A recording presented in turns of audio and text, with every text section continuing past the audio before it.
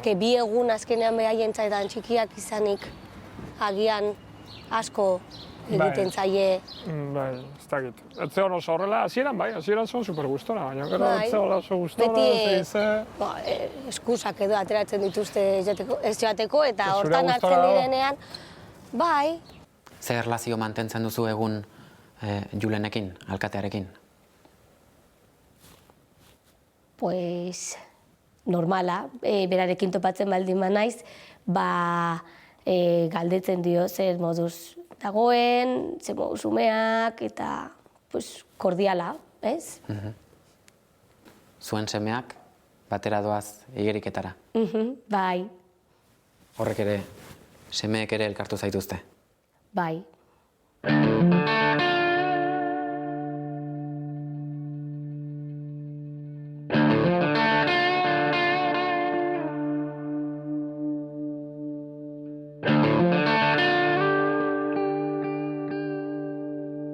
Ongi etorri, etak desegitea iragarri du.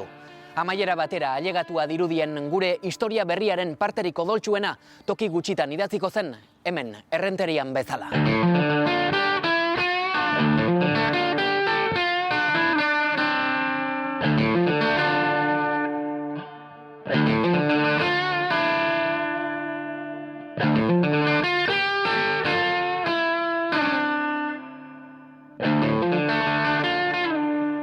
Bueno, orai ja, arazoa da gero azten dena eguraldi ona, ez?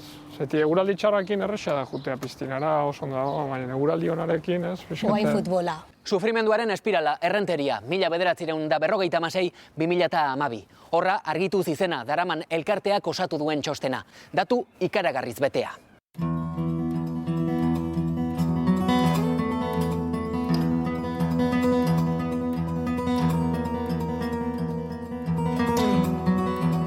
Herri honetan 59 umezurtz dira aitaren aldetik. 51 etak hildakoen seme-alabak dira. 6 galek eta estatuko segurtasun indarrek hildakoenak. Oraindik badira beste bi kasu argitu gabe. Motibazio politikoari egotzitako bortizkeriak eramandako bizitzen zati bat besterik ez.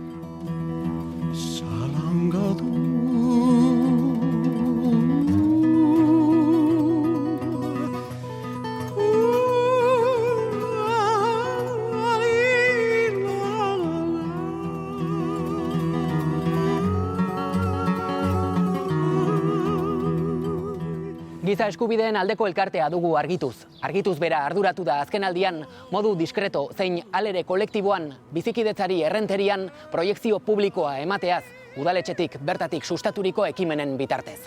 Goazen bada Errenteriako ur orain itxuraz bareak zeharkatzera.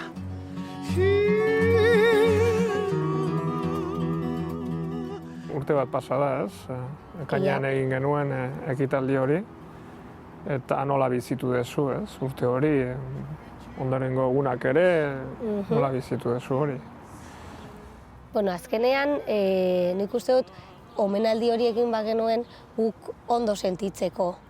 Edo, uste dut komentatu genuela, min egiteko baldin bada edo gu gaizki sentitzeko etzeukala zentzurik omenaldi hori egitea, eta oso polita izan zen, oso ondo ateratzen, eta ni etxera iritsi eta gero lasai sentitu nintzen. Noiz erabaki zenuen barkamena eskatzea zela bidea? 2012an hasten da guzia elkarrizketa foro batekin. Eta hortikan aurrera, 2013an egon ziren ekintza batzuk, gero dokumentu bat atera nuen gure herrian gertatutako giza eskubideen urraketen ingurukoa eta bestelako gertaren ingurukoa.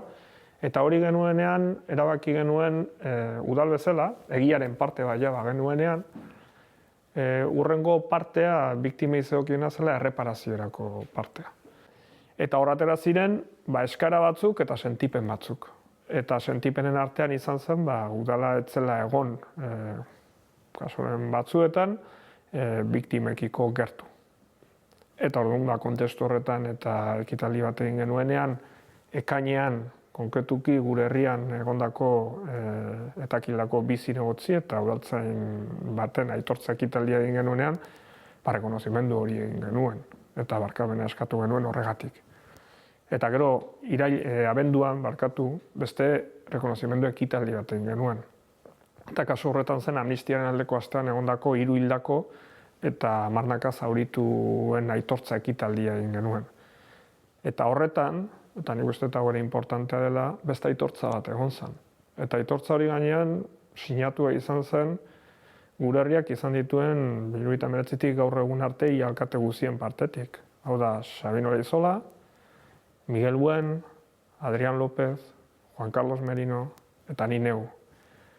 Eta barkamen eskaera bat egon zen ere. Eta barkamen eskaera izan zen 40 urteetan aitortza instituzionala ez egiteagatik egite zen barkamen eskaera. Logika horretan egiten dira. Nik uste udalak eta guk geuk ardura bat dugula. Eta ardura hori asumitu behar dugula eta eman behar diegula.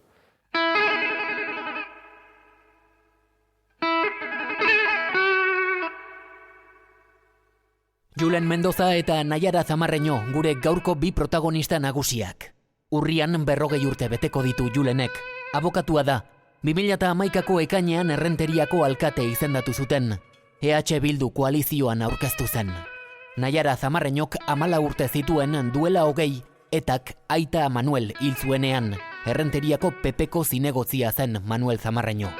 2017ko ekainean Julen Mendozak publikoki barkamena eskatu zien, bai bere izenean eta baita Errenteriako udalaren izenean ere, etak Errenterian hildako PPko zinegotzien senideei.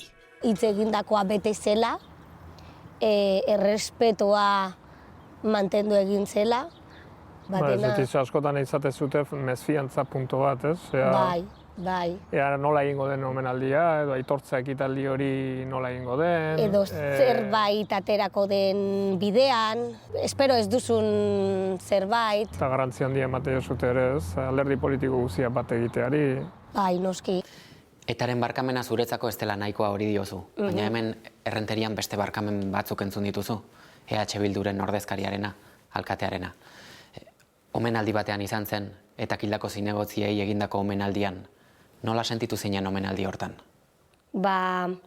Nik egunura goratzen dut oso urduri nengoen. Baina egia da lehenago prestatutako zerbait izan zela. Hau da, guk gure tekstua prestatu genuen, dena oso ondo organizatua zegoen, hasierako dantzariak, gero zegoen irekiko genuen plaka, eta horrek ere segurtasuna ematen zidan. Ni banekien momentu guztietan segertatuko zen.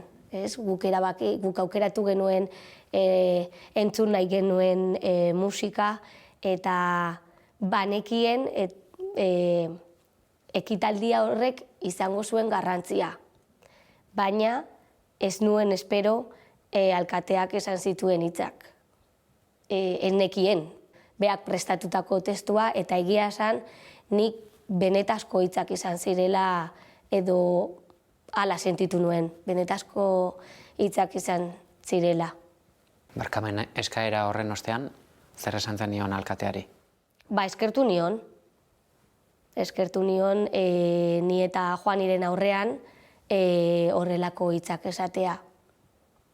Nik badakit edo uste dut berarentzat ere zela erraza izan eta eskertzekoa da.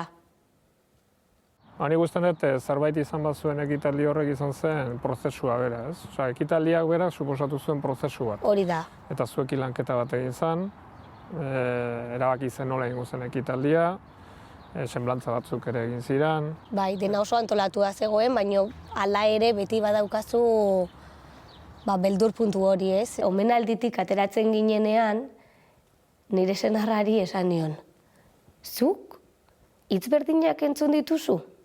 Aizu, nik uste dut barkamena eskatu digula. Ni etxera iritsi nintzen, oso lasai, amarekin hitz egin nuen, eta, bea ere orduan lasaitu egin zen, eta berari ere... Juani bera nik uste dut pozik zegoela. Bai.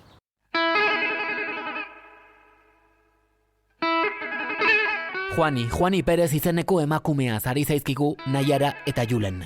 Etak eraildako Jose Luis Caso PP alderdiko zinegotziaren alarguna. Ezagun denez, Errenteriako udaletxean Naiararen aita Manuelek ordezkatu zuen Jose Luis Kaso zena, harik eta etak Manuel bera hil zuen arte. Aitaren hilketaren zamak hor jarraitzen du, edo pisua pixkat arindu da barkamen eskaeraren ostean? Bai, nik uste ezker abertzaletik datorren barkamen hori entzun eta gero, zama arindu egin da. Edo gutxienez nabaritzen duzu bestaldeko horiek ere sentipenak eta damutzen direla. Nola bait damutze hori badagoela. Eta zuk etxaia bezala hartzen zenuen hori, barkamena eskatu ondoren gertuago sentitzen duzu. Ez da hain etxaia. Ez da hain etxaia. Zuk guzti honetan, 20 urte zenituenean, seguruenik ez zenuen pentsatuko? Ez. Ni beste eskema batzuetan pentsatzen nuen, eta eskema zen indarkeria kontestuaren eskemaz. Egunero, manifestazioro batera juten bat zinen, manifestazio hori ze puntutan disolbatuko zen preokupazio horrekin, edo dena helakoa ez. Hori zen eskema. Eskema zen beste ulertzea ez ulertzea ez. Baizik eta zure babes propioa ez. Nik uste hori zela garai bateko eskema. Eskema horretan bestea etxaia zen? Bai, bestea gauza zer den bestea ez. Baina, ez dakit etxaia, azkenan zuk ere sufritzen duzunean, zure sufrimenduaren errudun bestea da ez. Eta izan daiteke etxaia zenaz. Eta zer gertatu da Julenengan, eskemak hainbeste aldatzeko? Zer ikusi behar izan duzu? Nik usten dut, leheno esan dute, nik ez diot inoiz ez dut uste behintzat, eta horrela bada elitzak gustatuko, baina onartu beharko nuke agurrak kendu. Eta ez du saiatu nahiz beti besteak gauzak zergatik egiten zituen pentsatzen, usten dut. Hortik aurrera kontestu berri batean eta etorkizun eraiki behar den kontestu batean, zalantzari gabe hasi behar dira zubiak eraikitzen. Eta zubiak eraikitze horretan ere, norberak jasotzen dituen ekarpenak bere bizitzarekiko ere. Eta ez hori bakarrik, bizikidetza gaietan nik uste badagoela printzipio bat, niretzako klabea dela, eta ez dakit oso asumituta dagoela. Gure herrian elkarbizitzaren gaietan edo adostasuna dugu, guztion artean, edo gehiengo oso zabalaren artean, edo ez ditu oinarri sendoa jarriko elkarbizitzarako. Eta printzipio hori asumitzen baduzu, printzipio horrek eramaten zaitzu bestearekin hitz egiten hastea. Nelson Mandelak esaten zuen, bakea egiterakoan zure etxaia zena, zure lankide o lagunkide, konpainero, bihurtzen da. Eta nik uste hori dela gertatzen dena. Zu badakizu beste persona horrekin adostasunetara iritsi behar dezula, zu badakizu ere edo persona horrekin adostasunetara iristen zela edo ez dela elkarbizitzarik egongo gure herrian. Eta logika horietan sartzen zeranean, bat, persona ezagutzen ari zera, eta bi, persona hori zure aliatu bihurtzen hasten da. Behar zaretelako elkarri, eraikitzeko eszenatoki berri hori.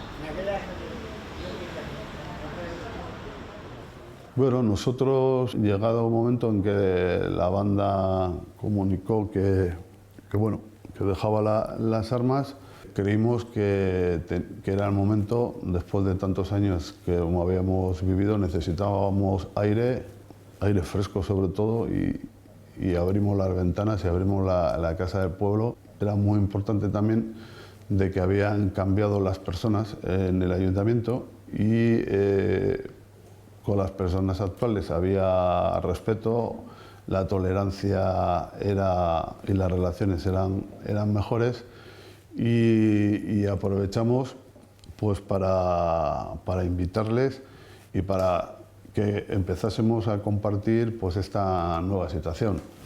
No a todos les gustaba porque era pronto, no todos lo veían con buenos ojos porque se había sufrido mucho, pero era una decisión que el comité local tomó, yo creo que acertadamente, y bueno, y apostamos por intentar convivir y normalizar poco a poco toda esa situación que habíamos vivido hasta el momento. Alderdi sozialistak bere herriko etxearen reinaugurazioa egin zuen, ez dakit 27 aldiz erasotua izan den herriko etxea, eta ni reinaugurazio horretara gonbidatu ninduten eta june egin nintzen. Esta Casa del Pueblo ha sido 27 veces quemada, 27 veces. Yo creo que este año cumple 35 años del primer ataque. Y aquí hemos estado recluidos, hemos estado casi en un búnker intentando sobrevivir e intentando gestionar el municipio. No sé si éramos valientes o éramos inconscientes. El caso es que aquí siempre hemos trabajado y hemos luchado por transmitir esos valores socialistas y por hacer la mejor gestión posible en el ayuntamiento, y unas veces con miedo y otras veces saliendo corriendo por la puerta de incendios y otras veces vulcanizando la sede, pues hemos estado aquí haciendo actividades y haciendo la vida lo más normalizada posible. Anécdotas hay miles. Aquí se ha rociado de gasolina a la gente y echado un cóctel molotov y no les ha prendido fuego de milagro. Salir corriendo cuando estás aquí reunido y estar el fuego en la entrada por unas escaleras que tenemos aquí que salen a una calle lateral era casi ya una constante. Estar aquí esperando a que la gente que estaba afuera insultándonos o tirándonos piedras hasta que viniese la policía y despejase sin poder salir era habitual. Era un sinvivir. Eta horrek sortu zuen kontestu berri bat, ondo ikusia izan zen, eta bai egin genuena zen, ondoren, banditza horiek aprobetxatu, elkarrizketa foro bat sortu. Eta elkarrizketa foro hori izan da, alderdi politikoetako kideak ginen bertan, ez alderdia ordezkatzen, eta herritar batzuk ere, herritar oso desberdinak ere. Eta horien artean ere, etan aritutako personak ere ez. Eta hor kontestu berri bat sortu zen, elkarrizketa bide bat sortu zen, hasi ginen bata besteari ulertzen, nik uste hori oso importante izan zela, fase hori, eta hortik gero etorri ziren ekimen guztiak.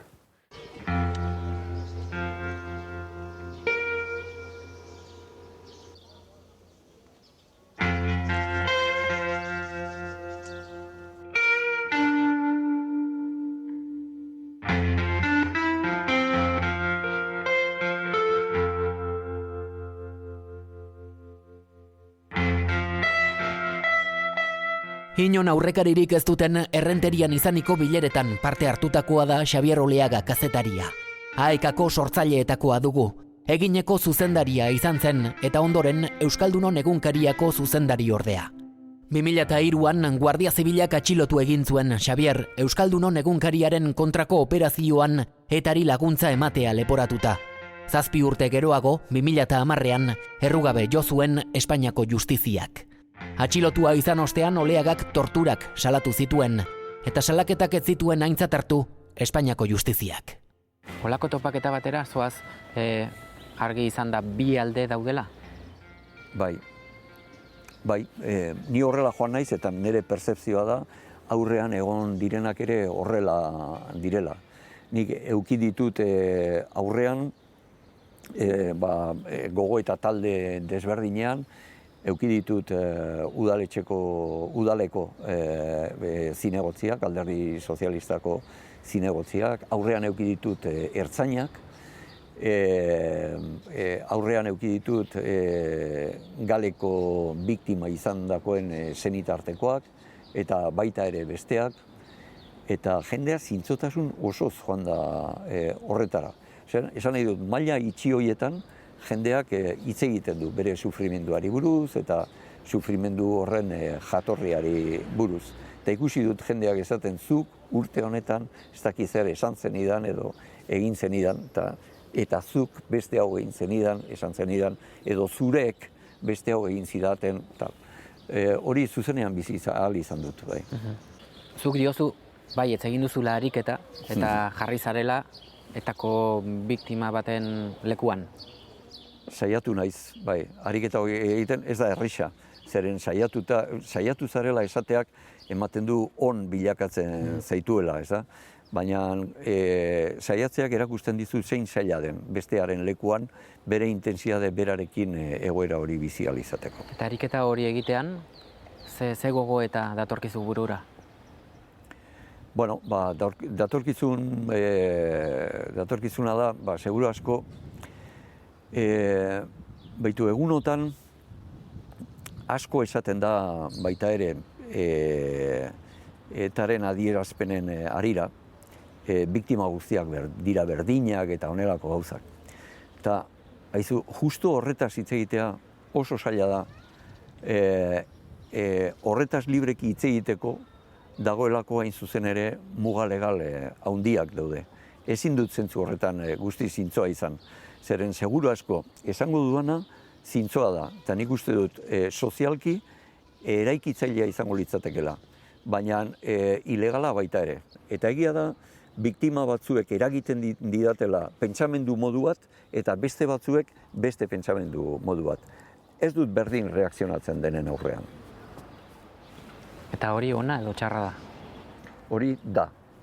Eta ona edo txarra den, ez dakit, nahiago dut beste batek juzgatu dezan. Baina horrela da. Sufrimendua dela ere, batena zein bestearena berdina izan daiteke? Bai, seguru asko. Sufrimendua berdina izan daiteke. Baina ez da posible sufrimenduari buruz hitz egitea, sufrimendu hori ze markotan ematen den eta kontutan hartu gabe. Hau da, hori da, analisi azterketa kamutsa egitea litzateke.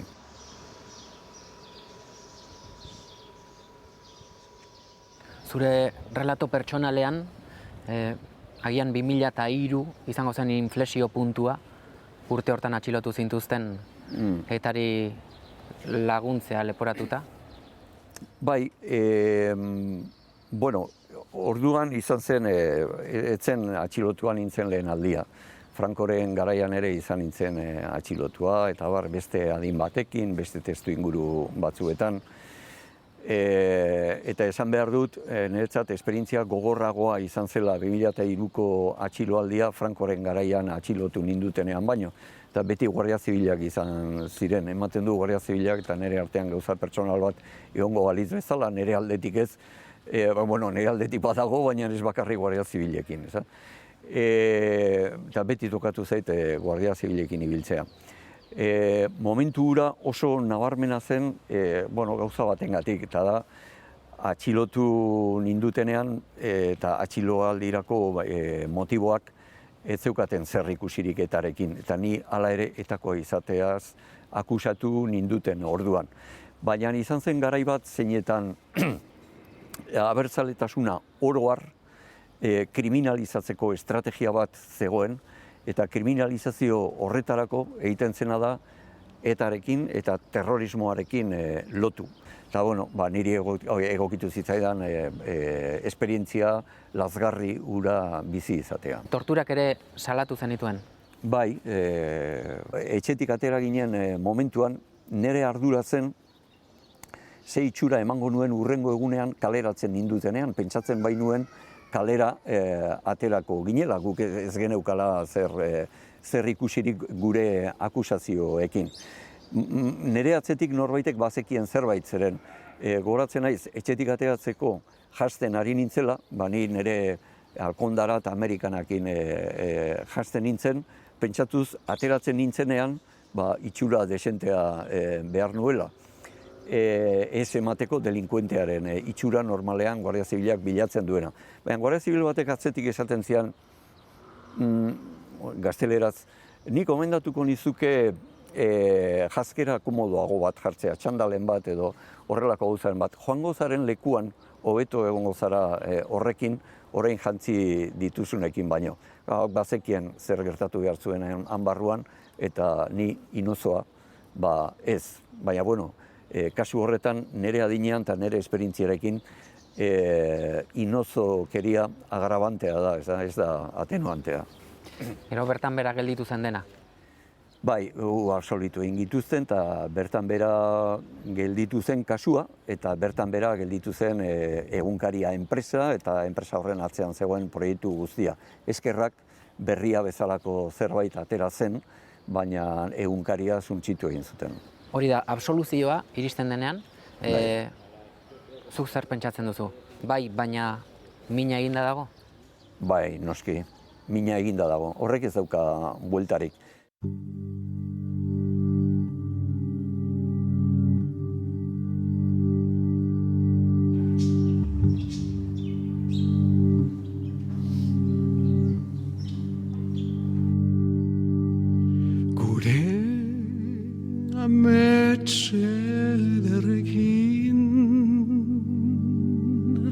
Gorputzak dira mardoak eta gaua zulatzera. Ezin un arnaz hartu. Parisa izan zen oso 6 persona, 5 ordu jipoitzen, fuertea da, ezin ibili ere, baina zerbait gogoratzen baldin maiz izan zen tipo baten esaldia, ez? Imanol, has tenido un accidente. ¿Entiendes? Has tenido un accidente. ¿Qué me quieres decir? Hasta que se vaya Sanión. Te quiero decir que como salga esto en la prensa, tú y tu hijo vais a morir. Bi urteko semea naukan.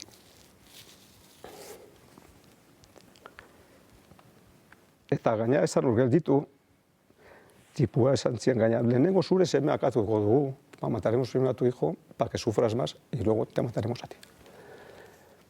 Ni gogoratzen naiz, oso barruan zartuta gelditu zitzaidan hitz horiek, eta hitz horiek eta bizitu izan duen guztia oso barneratuta naukan eszenografia panikoakin lotuta naukan, ez?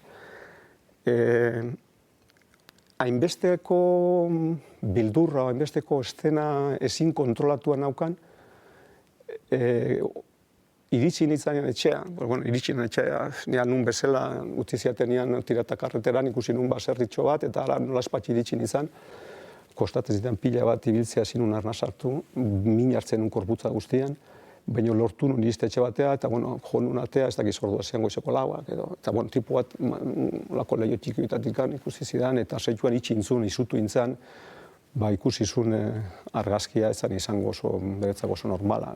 Hombre, esan oso normala, nik gara hartan bizarra naukan, eta guatzen naiz bizarra guztia alde batekoak enduziatela, hilea gehienak enduziaten, odola botatzen nun bastar guzitatik, zugurretik, belarritik, tipuan ikusten zantzun ez Frankenstein, zer da, ez? Orduan zeituan itxizun atia eta ez zian atiarik. Ni jarraitu nu golpekat azkenean eta zian eta tipo oso izututa esplikatu nion ze gertatu zen. Eta, eskatu nion ia matezian kotxe nire baserrira, baserrira bizin izan tokira, lagun batzuk bizin izan gara hartan Iturrio zen. Eta goatzen naiz oso ondo, hain situazion bera ere esan zian, sentitzen dut, baina ez dizut etxean emango. Ez igual daudean itxoiten norbaite eta ni ere sartuko jate zerbaiteko liotan. Ez orduan utzi zidan, 500 metro hortikan, kostatzen zenbat kostatu zitaien iristea.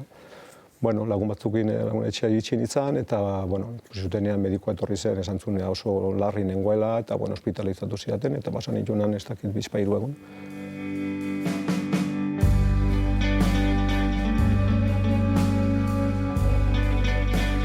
Imanol Aizkorreta 64 urte ditu. 1983 urtekoak dira kontatu dituen gertakizunak. Esan digu ez duela torturaren ikonotzat hartua izaterik nahi, bere hitzetan kasu bat askoren artean besterik ez. Ondorengo 20 urteotan, errenteriatik kanpo bizi izan zen Imanol. Oso modu aktiboan hartu du parte gaurko saioan hizpide ditugun topaketetan. Datorren asteko atalean sakonago ezagutuko dugu Imanol bera ez ezik, gaurko lehen atal honetan ageri ez diren beste hainbat lagun. Hala nola, Argituz elkartearen txostena osatu duen Berta Gaztelumendi. Errenteriako alkate ohi Juan Carlos Merino. Eta kutzitako lehergailu baten ondorioz larriki zauritu zen Alberto Muñagorri. Eta Mikel Ugalde, Errenteriako euskaltzale ezagun eta ereintza antzerki taldearen zuzendari ohia.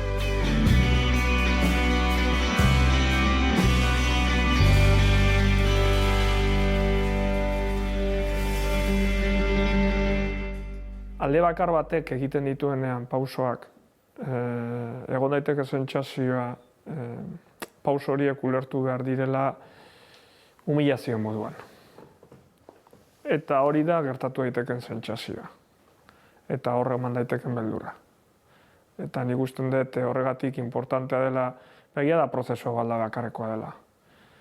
Baina baitere egia da, benetan nahi badugu eguneko egunera iristea, hemen aitortza gehiago egon behar direla. Eta aitortza horiek lagunduko dute bestelako aitortza batzuk ere egoten. Baina zu Julen, barkamena eskatu ostean, ez zinen inoiz humilatua sentitu, guztiz kontrakoa. Baina segurazki saiatuko zen jendea ere hori erabiltzen, ez? Diote beste zirkulo batzuetan. Baina ez da gauza gehiago preokupatzen direna. Nik uste dut gauza bat oso importantea dela, eta da zergatik egiten ditugun gauza hauek eta norentzat egiten ditugu gauza hauek. Norentzat horrelako ekitaldi bat egiten da biktimentzako. Baina baita ere, euskal gizarteari egiten zaion aportazio zela. Eta nik hor jartzen dut helburua, euskal gizartean. Ez dut baldintzatzen beste parte batek, adibidez Espainiako gobernuak eta bar, egin dezaken aitortza ez. Eta gehiago handik guk egiten duguran, edo nik personalki barkamen eskaera hori egiten dudanean, baldintza berriak sortzen dira. Eta dago, 6 hilabete beranduago beste barkamen eskaera bat. Eta kasu horretan beste alkate batzuekin. Onartuz, 40 urtetan etzela aitortza ekitaldirik egin pertsona hori. Eta onartuz, impunitatea izan dela nagusiki kasu horietan. Herrian, izan da erreakziorik zure barkamen eskaeraren ostean? Bai, bueno, orokorrean etorri zait esanez posten dela, hori gertatu izanez. Kontrakorik ez zait etorri. Egongo da, kontrakoa pentsatzen duena, baina ez zait etorri kontrakorik. Badago parke bat Errenterian iraitaren izena daukana.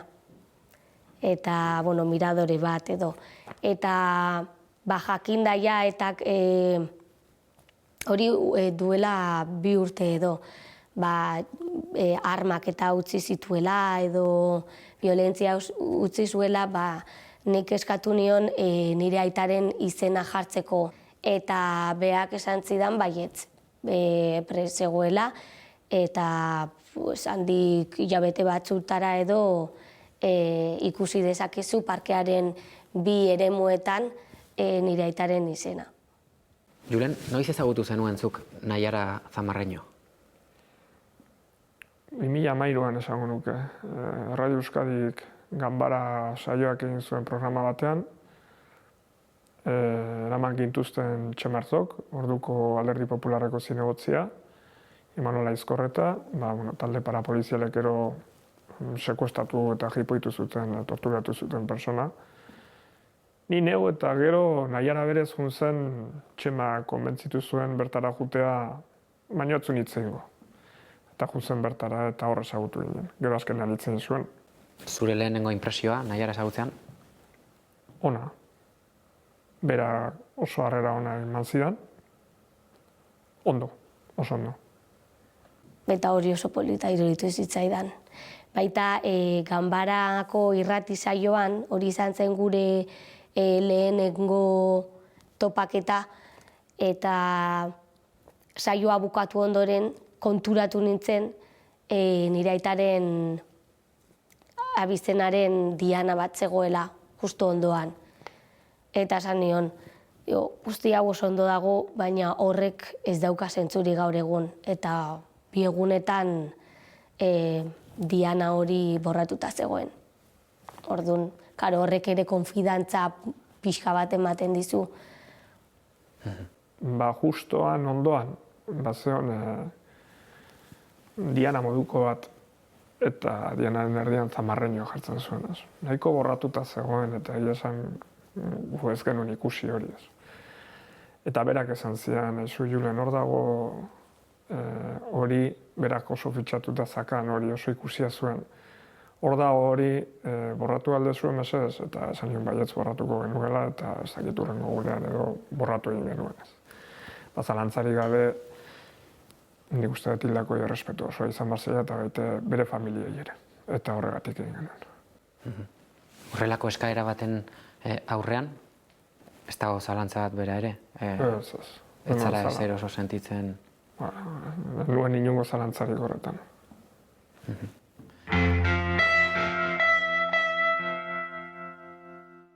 Nahiara eta zu, errenteriako bi mundu guztiz ezberdinetakoak zarete? Bai.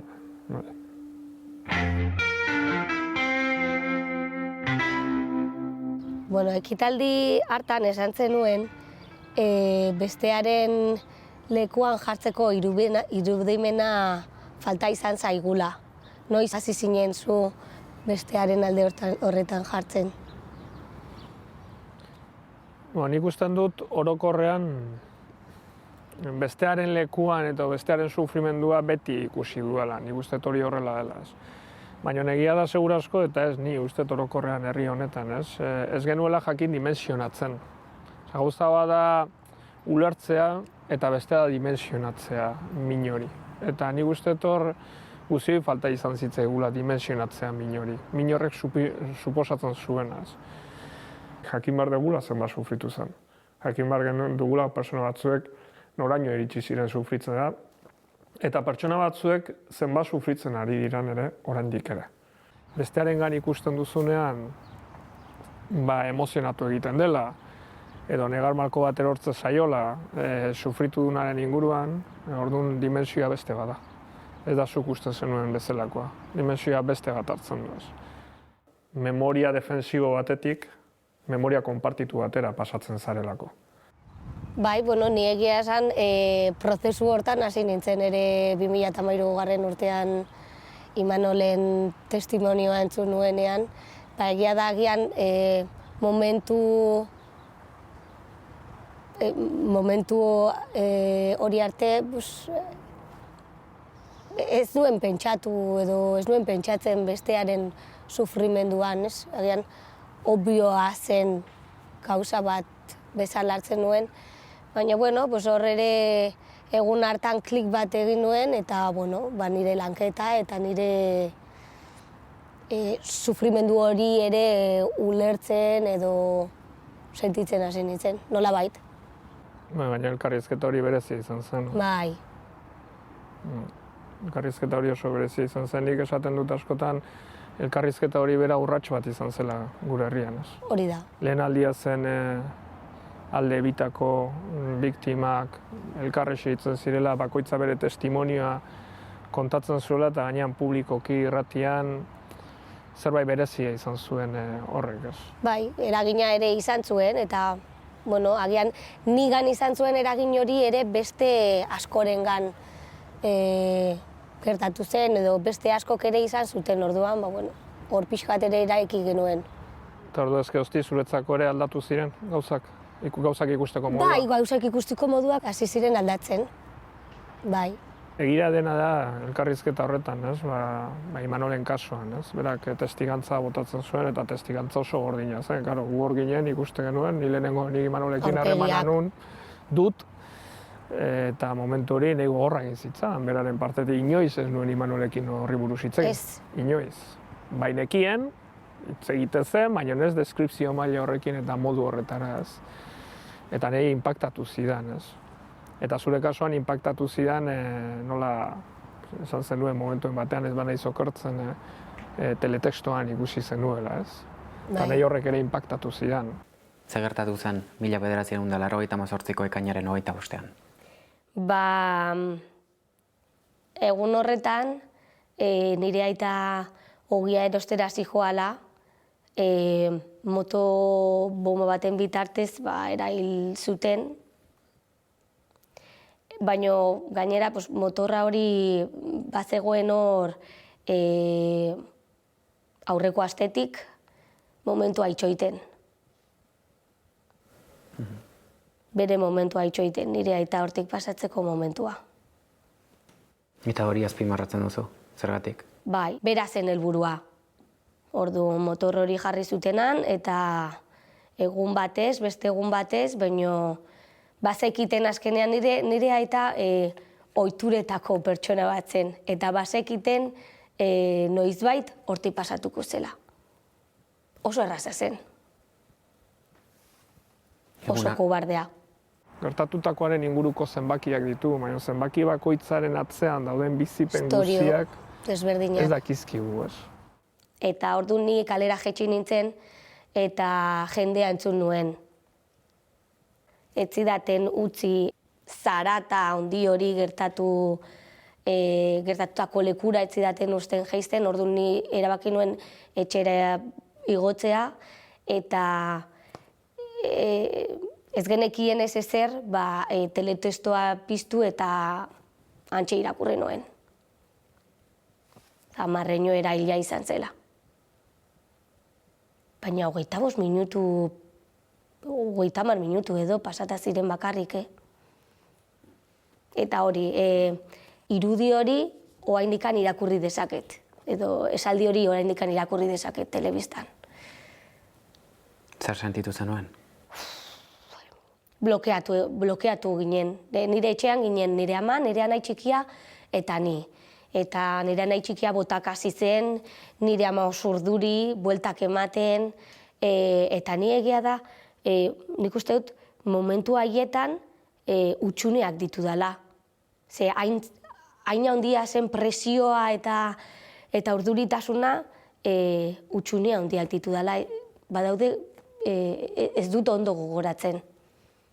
Badakit gero jendea, nire etxera jendea etortzen hasi zela, musuak ematen zizkidaten, sentitzen dut, burua ukitzen zidaten, eta hor pasarela baten antzera, jendea pasa eta jendea pasa.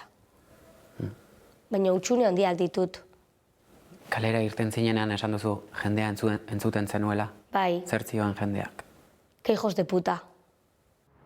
Bueno, 20 urte pasa dira zure aita izutelaz. Bai, ekainaren 25ean 20. urte horrena izango da. Oraindik atzo izan balitz gogoratzen dut. Bueno, ez bakarrik egun hori baizik eta aurreko urteak ere oso gogorrak izan ziren nire familian. Naiara, nola gogoratzen duzu zure haurtzaroa Errenterian? Edozen familia bezala. Azkenean, sei ginen etxean, etxe txiki batean bizi ginen, beti zaratarekin, beti eztabaidak, oso haurtzaro polita izan nuen. Ikastolara joaten zinen, eta familia implikatuta zegoen ikastolan ere bai? Bai, bueno, ni Langaitz ikastolan ikasi nuen, eta bazegon garai baten non nire aita ere gurasoen elkartean eta parte hartu zuen. Berari azken finean euskara asko gustatzen zitzaion eta behak nahi zuen gu ere euskara ikastea eta euskara munduan murgiltzea.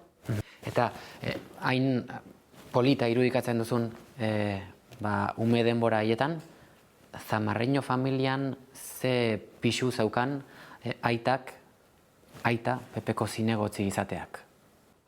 Antxe hasi ziren gure arazo guztiak. Ze gu bizitza normala izateaz, gure bizitza guztiz aldatu egin zen. Jendeak gaizki begiratzen zintuen, laiztera hasi ginen eskoltak izaten, eta gure bizitza modua murriztu egin zen. ezin ginen ia etxetik atera, edo beti deitu behar genuen atera baino lehen, beti kotxea begiratu, gure aitaren pauso batzuk atzetik joan behar ginen. Berarekin kaletik joatean izaten zen hori? Bai. Nola zen? Bai, ezin genuen bere ondoan joan, ze atentatu bat egonezkero, gu ere sufritu genezake atentatua, orduan hori saiesteko bera etzetik joan behar ginen. Eta gogoratzen naiz nire anai txikia gauza horiek ez zituela ulertzen eta galderak egiten zituen. Zergatik goaz bera etzetik eta zergatik begiratu behar dugu kotxe azpian. Eta nola bizi zenuen zuk? Gaizki, beldurrakin, beldur askorekin. Zeren zoritxarrez gertatu zitekeen gauza bat zen. Osea, errealitate bat zen gure Euskal Herrian. Eta naiz eta pentsatu, zure aitari ez zaizula gertatuko edo zergatik zure aitari, arriskua hor zegoen eta gertatu zitekeen, berez, azkenean gertatu zen. Azkenean nire familia apurtu dute. Orain ni bakarrik geratzen naiz errenterian, nire ama eta nire anaia kanpoan bizi dira. Gu 6 pertsona ginen pisu txiki batean eta beti norbait zegoen etxean, beti zarata eta beti bizitza. Zegoen txakur bat ere geneukan. Eta nire aita hil zenean isiltasuna etorri zen. Nire anaiak Madrilera alde egin zuten, oso goiz. Ni gogoratzen dut, hori isiltasuna, ez egon farrerik etxean, zentzurik gabeko urteak izan ziren. Nire ama depresioa murgilduta, nire anai txikia nik uste dut gehien sufritu zuena izan da. Anai nagusiek Madrilera jo zuten, eta amak eta anai txikiak urte gutxira, haiek ere Euskal Herria utzi zuten. Bai. Eta orduan Zamarreño familiaren ordezkari bakarra gelditu zen, hemen. Bai. Bueno, bai, ni eta nire aitona, ni nire aitonari heldu naiz beti. Nire aitona azkenean, nire familia alde egin zutenean, nire aitona zen Zamarreño bakarra, gu biok. Zure aitona, zure aitaren aita? Bai, nire aitaren aita. Bai. Asko pentsatu zenuen, erabakia hartu aurretik? Ez. Argi zeneukan? Ni lehenengo momentutik banekien hemen geratuko nintzela. Ni nire lagunak dituen, nire aitona eta nire bizitza. Nik ez nuen nire burua ikusten ez Extremaduran, ez Madrilen, ze ni 18 urteekin Madrilera joatea erabaki nuen unibertsitateko ikasketak egitea. Eta naiz eta dena lehenengo urtea dena aprobatu eta nota honekin eta baino Madril etzen niretzako. Nire anaiekin bizi izan nintzen eta urte polita izan zen, baino ni ez nuenan bizi nahi. Ez, niri errenteria asko gustatzen zait. Gogoa aldatu dezagun, aditza aldatu dezagun, bidea aldatu dezagun, bihotza aldatu dezagun, bihotza aldatu dezagun. Etaren erabakiak aro bati amaiera jartzen dio? Bai, nik uste du baietz. Aro bati amaiera jartzen dio. Aro horren ondorioak mantenduko dira. Besteen artean, zalantzarik gabe sortutako sufrimendua hor dago, eta sufrimendu hori saiatu behar da ahalik eta gehien sanatzen edo laguntzen, eta bestetik ere dago presoen egoera hor dago. Gartzelan jarraitzen dutela, baina ez gartzelan jarraitzen dutela, baizik eta ez dagoela inongo planteamendurik batetik beraien egoera hobetzeko, eta horrek suposatu dezaken elkarbizitzarako aportazio bezala, uste hori oso importante dela. Badakit ez dela erreza, parte hori, badakit ere biktimak hor daudela, baina nik uste parte hori esploratu behar dela eta parte hori bide bat egin behar zaiola eta paradogikoa dena da erakundea desagertzen denean ez dagoela bide horri bat presoen gaiari heltzeko. Bakea hor dugu, damoa hor dugu, gertatu zenaren aldera, barkatu, barkatu, barkatu, barkatu, barkatu, barkatu. Gertatzen ari dena da denbora pasatzen dela. Eta denbora pasatzearen poderioz jendea astutzen doala. Eta herri honetan sufrite duen orok sentitu behar dula aitortua dela, ez? Ez bada aitortua, barruan eramango du eta transmitituko du, zuk esaten bakoitzak bere modura transmitituko du. Askotan esatea, eta zure seme-alabei ze transmitituko diezu, ez? Eta ni behin esan nuen, bueno, ez da bakarri ze transmitituko ezun, ezik eta zer ez diezun transmitituko. Ja. Geroa ikusten dukegu, lurrean eratzen bakitzu, ez zaitut amoro hautsiko, laguna zare zu betiko, laguna zare zu betiko. Eta salpen horiek ematean, zer saiatuko zara transmititzen? Ai...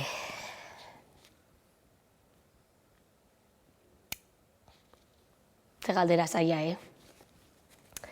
Ba, lehenengo nik uste dut gertatu zena kontatuko dio dala. Eta gero kontestu batean jartzen saiatuko naiz. Ez dakit, oraindik ez du pentsatu, baina zaila izango da, seguru, gainera. Ze inpartziala izatea kaso hauetan ez da erraza. Inpartzialtasuna ez, baina gorrototik aldentzen saiatuko zara?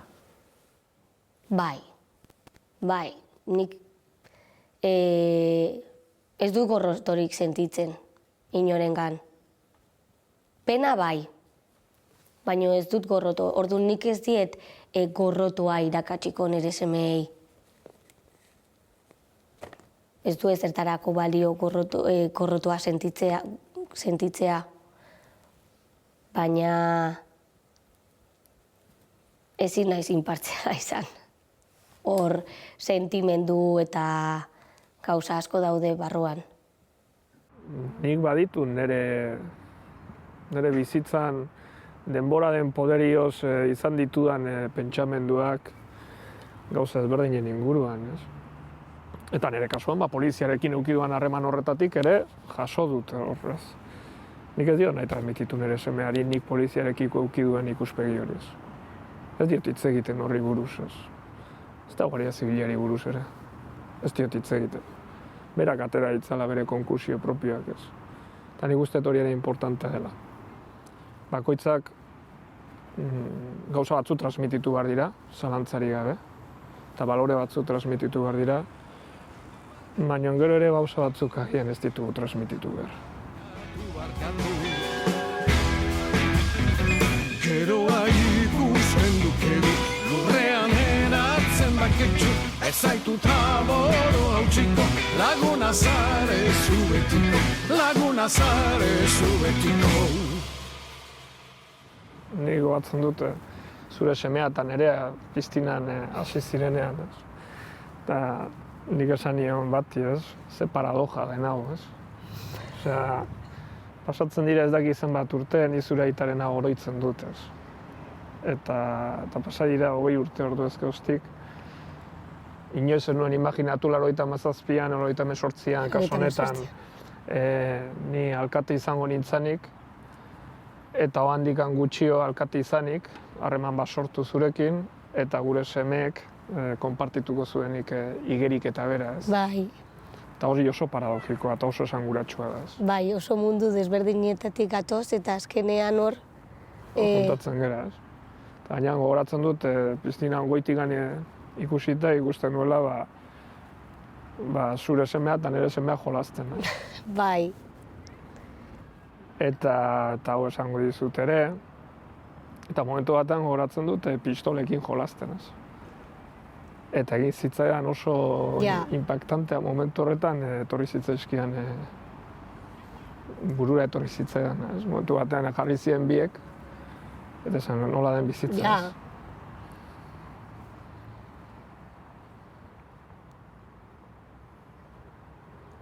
Eta bai Beraien modura. emozionatu zaitut.